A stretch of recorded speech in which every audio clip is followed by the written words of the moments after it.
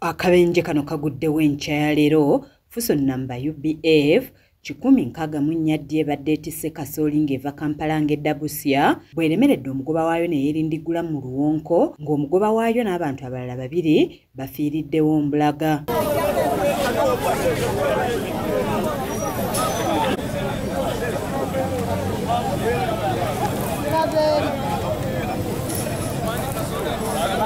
Abeerabiddeko bategeezezza nti omugoba wa Fuso eno abadde agezaako okuyisa mmotoka emubadde mu maaso bw'atyo mmotoka n'emulemerera n'egaana okusiba olwo n'agikuba mu kinnya ekiwanvu.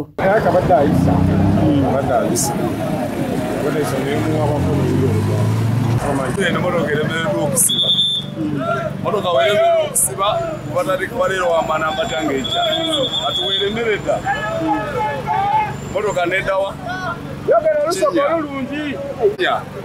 abantu bonna ababaddemu tewali avuddemu nga mulamu. Abatuuze bagamba nti obubenje mu kitundu kino bufuuse baana baliwo nga buno babutadde ku bufunda bw'oluguudo era ne basaba aba minisitule y'ebyenguudo okugaziya oluguudo luno okusobola okutaasa obulamu bw'abantu. Bangi bafudde mu mbeera eno bwetyo, so bekikwatako bakole ku mwalo ogwo gube nga tegutta abantu bwe batyo bakole kubo.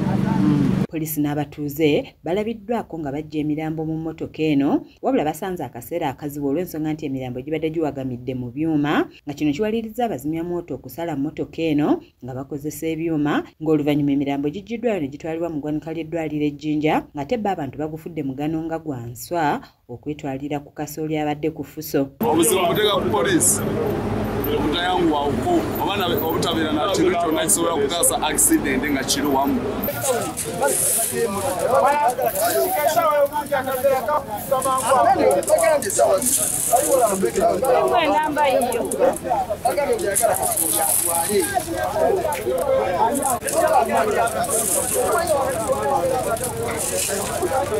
Omwogezi wa poliisi mu bitundu bya Ssezibwa Helen Butoto akakasizza akabenje kano n'ategeeza nti abagenzi kuliko Lubega John ng'abadde wa myaka 4 ono yabadde omugoba wa Fuso, Robert Kamogo w'emyaka 29 nga bombi batuuze mu disitulikiti y'e Mubende wamu n'Embabazi Innocent w'emyaka 16 ono abadde musaabaze. Kigambibwa nti emmotoka eno namba UBF 164D Mitsubishi Fuso ng'ebadde evugibwa mwami Lubega John ebadde esitudde ensawo za kasooli wabula ng'eva Kampala ng'edda Ejjinja naye oyatuuse Mbiko mu trading center emmotoka eno omugoba waayo n'awaba kubanga abadde ku speed ey'amaanyi ennyo n'ava ku kkubo okakana nga ayingidde kitrenki. Emirambo gy'abagenzi gitwaliddwa Ejjinja mu mochari okukolebwako postmortem. Mukembo Asman yakusakidde emboozi eno ku Lakes TV